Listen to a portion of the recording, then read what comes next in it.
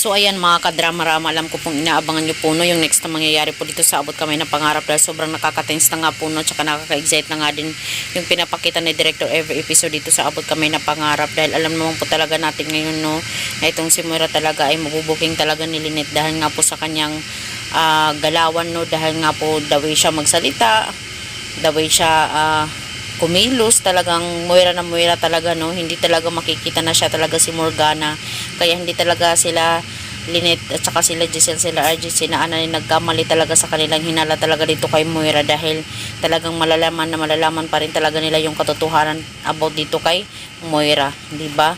At siya mismo talaga yung mabubuking mismo sa kanyang sarili or di kaya itong si Zoe.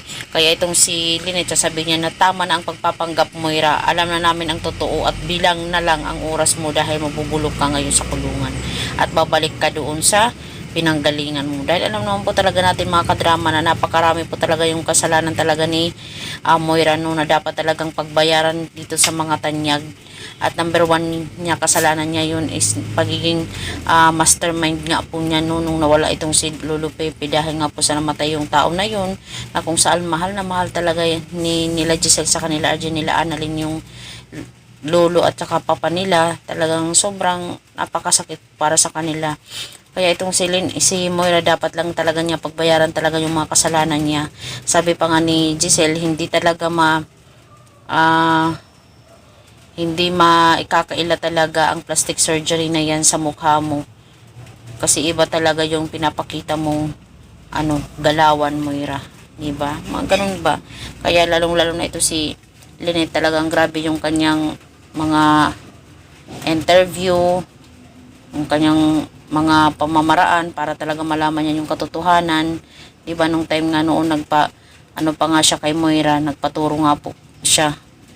Tapos tinuruan naman siya, tapos doon kay Nushi nagpaturo din siya, tinuruan naman siya, kaso lang po talaga ibiglaan yung pag-alis ni Nushi, hindi na nasabi talaga ni Nushi yung totoo no dito kay Lynette dahil nga po sa binayaran nga po siya ng kanyang mama.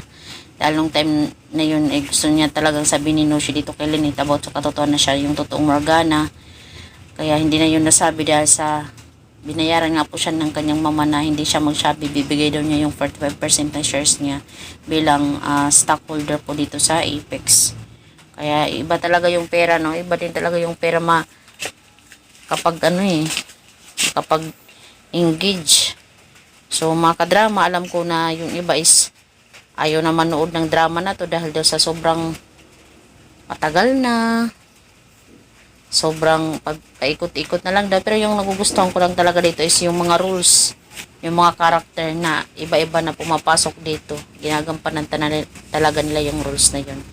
So mga kadrama, abang-abang lang po tayo sa next na mangyayari po dito sa Abot Kamay na Pangarap. Huwag niyo pong kalimutan na i-like, i-share, tsaka subscribe yung aking channel para sa susunod na video is ma-update ko po kayo mga kadrama. Thank you for always watching and thank you for always supporting my channel. Bye! Abangan!